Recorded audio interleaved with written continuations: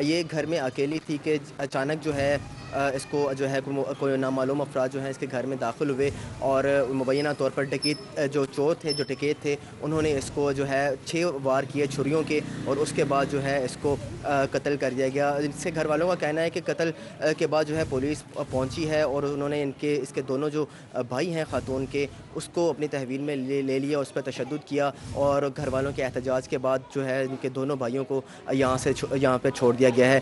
S P سید علی Iqbal town جو ہیں یہاں موقع پر پہنچے ہیں، اور انہوں نے جو جائے وقوع کا جو ہے مکمل طور پر جو ہے اس کو دیکھا ہے، اور اس میں جو ثبوت ہیں وہ بھی کیے ہیں، اور بیان بھی جو ہیں قلم بند کیے ہیں گھر والوں کے۔ تو مبینہ طور پر ان کا کہنا تھا کہ یہ کوئی جو ہے کوئی جاننے والا تھا، کوئی بھیتی لگتا ہے جو کہ جس نے یہ جو واردات کی ہے، اور اس کے بعد جو ہے وہ گھر کی چھت سے جو وہاں سے جو ہے یہ جو ہے فرار ہوا ہے۔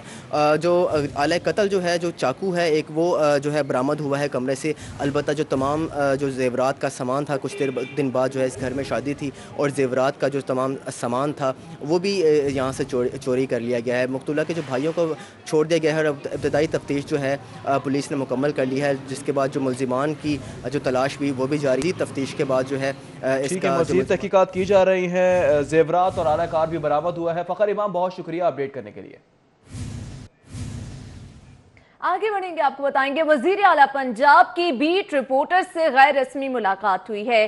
وزیر اعلیٰ نے غیر تسلی بخش کارکردگی پر وزراء کو تبدیل کرنے کا اندیا بھی دیا ہے۔ غیر تسلی بخش وزراء کو تبدیل کرنا حکومت کا حق ہے۔ وزیر اعلیٰ پنجاب سردار عثمان بزدار کی جانب سے ایسا کہا گیا ہے۔ مزید کہا گیا ہے کہ وزیر اعظم نے کارکردگی کے حوالے سے جو کہا درست کہا۔ آپ کو یہ بھی بتائیں کہ عثمان بزدار نے یہ بھی کہا کہ پنجاب اسمبلی میں ریکارڈ قانون سازی کریں گے۔ قانون سازی کے دوران پنجاب اسمبلی میں خود بیٹھوں گا، اسمبلی میں بیٹھوں گا تو کورم کا مسئلہ بھی حل ہو جائے گا۔ مہنگائی کو کم کرنے کے لیے اقدامات کر رہے ہیں۔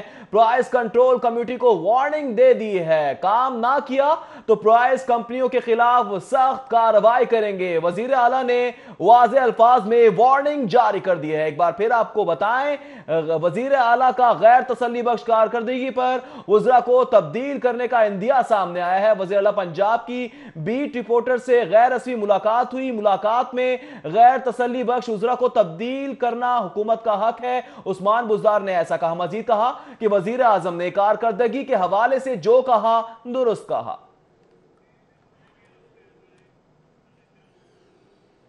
آگے بڑھیں گے، میٹروپولیٹن کارپوریشن کی اراضی پر بادامی باغ لاری اڈا میں مسافر خانے کی تعمیر کے حوالے سے اہم پیش رفت ہوئی ہے۔ پنجاب حکومت اور میٹروپولیٹن کارپوریشن کے مابین معاملات طے ہو گئے ہیں۔ مسافر خانہ کی اراضی اور عمارت MCL کی پراپرٹی رہے گی۔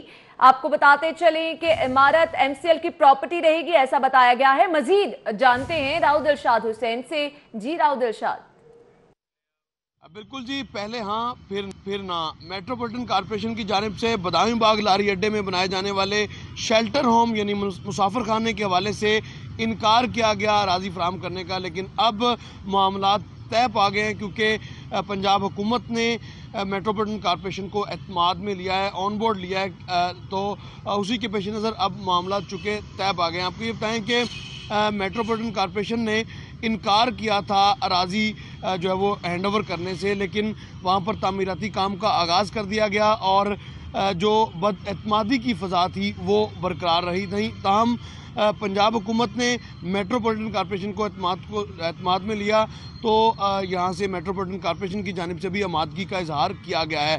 مراسلہ جاری کیا گیا ہے جس میں آمادگی کا اظہار کرتے ہوئے یہ کہا گیا کہ قانون کے مطابق بلدیاتی ایکٹ 2013 کے مطابق جو میٹروپولیٹن کارپوریشن کی اراضی ہے اس کو بغیر اجازت وہاں اس کو کام شروع نہیں کیا جا سکتا، اسی وجہ سے NOC جاری نہیں کیا گیا تھا۔ تاہم اب چونکہ ملکیتی معاملات طے پا گئے ہیں اور یہ پراپرٹی بھی MCL کی رہے گی، جبکہ اس پر بننے والی جو عمارت ہے وہ بھی میٹروپولیٹن کارپوریشن کی ملکیت ہی رہے گی، لہٰذا اس کو آپریشن کرنے کے حوالے سے جو بھی پنجاب حکومت اس حوالے سے کوئی بورڈ بنائے گی تو وہ اس کو آپریشنل تو کر سکیں گے، لیکن یہ پراپرٹی ٹھیک ہے ارشاد، بہت شکریہ تفصیلات سے آگاہ کرنے کے لیے۔ خبروں کا سلسلہ آگے بڑھائیں گے۔ اندھیر نگری چوپٹ راج، ایل پی جی لوکل گیس کوٹا ہولڈر کمپنیاں شہریوں کو دونوں ہاتھوں سے لوٹنے لگی ہیں۔ اوگرا کی جانب سے ایل پی جی کی قیمت 113 روپے متعین، مگر شہر میں ایل پی جی 160 سے 200 روپے تک فروخت ہونے لگا ہے۔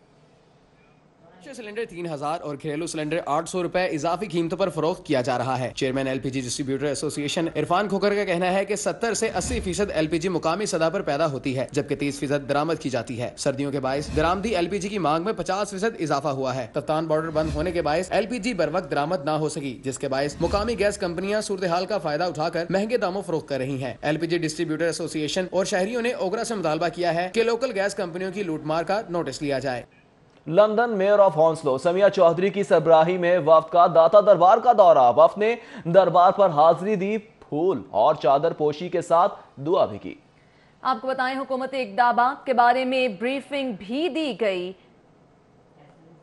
مہمانوں کو تصوف پر مشتمل کتاب کشف المجذوب کا تحفہ بھی پیش کیا گیا۔ وزیر اوقاف و مذہبی امور سید سعید الحسن شاہ نے برطانوی وفد کا استقبال کیا۔ میئر صاحبہ کو داتا کی نگری اور مزار پر آمد پر مبارکباد کہتا ہوں، صوبائی وزیر کی جانب سے ان خیالات کا اظہار کیا گیا۔ جبکہ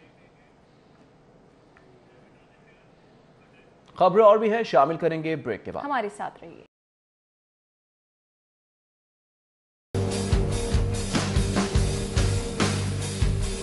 آپریشن کی نگرانی ڈپٹی ڈائریکٹر مصباح الحق لودھی نے کی، جبکہ ٹیم میں انسپکٹر ساجد علی، جاوید اقبال، محمد حسنین اور علی رضا شامل تھے۔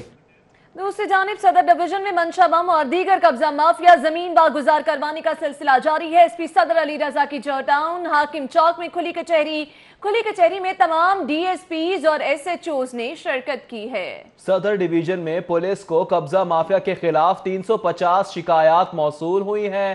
پولیس کے حوالے سے 20 کیسز کو حل کر دیا گیا، ایس پی علی رضا نے ایسا بتایا ہے۔ مزید کہا ایل جی اے کے حوالے سے کیسز بھجوا دیے گئے ہیں۔ منشا بم قبضہ مافیا کے خلاف 5 مزید مقدمات درج ہیں۔ پولیس نے زمین واگزار کروا کر اصل مالکان کے حوالے کر دی ہے۔ شہریوں کی بڑی تعداد اپنے مسائل لے کر کھلی کچہری پہنچ گئی ہے۔ کھلی کچہری کا اہتمام کیا گیا۔ حاکم چوک میں کھلی کچہری میں تمام ڈی ایس پیز اور ایس ایچ اوز نے شرکت کی۔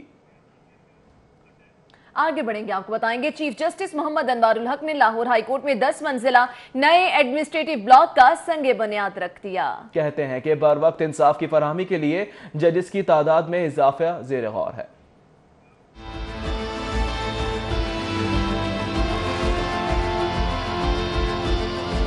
چیف جسٹس محمد انوار الحق نے ہائی کورٹ کی عمارت کے توسیع منصوبے کی افتتاحی تقریب سے خطاب کرتے ہوئے کہا کہ انہوں نے 5 سال تک توسیع پروگرام کا کام کیا۔ زیر التوا مقدمات کی تعداد میں کمی لانے کی ضرورت ہے۔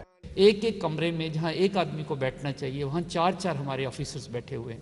آپ جا کے دیکھتے ہیں کہ کتنی مشکل حالات میں یہ کام کر رہے تھے۔ چیف جسٹس محمد انوار الحق کا مزید کہنا تھا کہ ہائی کورٹ کے عملے کے لیے جگہ کی کمی کا سامنا ہے۔ پرانا ایڈمنسٹریٹو بلاک ختم کر کے 40 عدالتوں کا اضافہ کیا جائے گا۔ یہ جو ہمارا پرانا ایڈمنسٹریشن بلاک ہے یہ جب ختم ہوگا تو یہ جو ساری جگہ ہے اس کے اوپر ہم ڈیزائن کر رہے ہیں 40 عدالتوں کا ایک نیا بلاک۔ انہوں نے کہا کہ اور کمشنر شیڈ اور منشی خانے کی جگہ پر نئے ایڈمنسٹریشن بلاک کی تعمیر 3 سال میں مکمل ہوگی۔ اس منصوبے پر 82 کروڑ 53 لاکھ روپے لاگت کا تخمینہ لگایا گیا ہے۔ بلڈنگ پورشن پر 56 کروڑ 47 لاکھ سے زائد رقم خرچ کی جائے گی۔ 3 سال کا میکسیمم پیریڈ ہم نے بلڈنگ ڈپارٹمنٹ کو دیا ہے۔ امید ہے کہ بلڈنگ ڈپارٹمنٹ 3 سال سے بھی پہلے اس کو مکمل کرنے کی کوشش کرے گی تاکہ جلد سے جلد ہمارے پاس بہتر سے بہتر جو سہولیات ہیں جو ہم لوگوں کو دے سکتے ہیں۔ ہائی کورٹ کے نئے ایڈمنسٹریٹو بلاک کے افتتاح کے موقع پر ملکی استحکام و ترقی کے لیے دعا بھی کی گئی۔ کیمرامین افتخار حسین اور محمد عباس بٹ کے ہمراہ ملک محمد اشرف، سٹی 42۔ ابھی آپ کو براہ راست لے چلیں گے پنجاب یونیورسٹی ایلومنائی ایسوسی ایشن کا پہلا اجلاس ہے۔ گورنر پنجاب تقریب سے خطاب کر رہے ہیں۔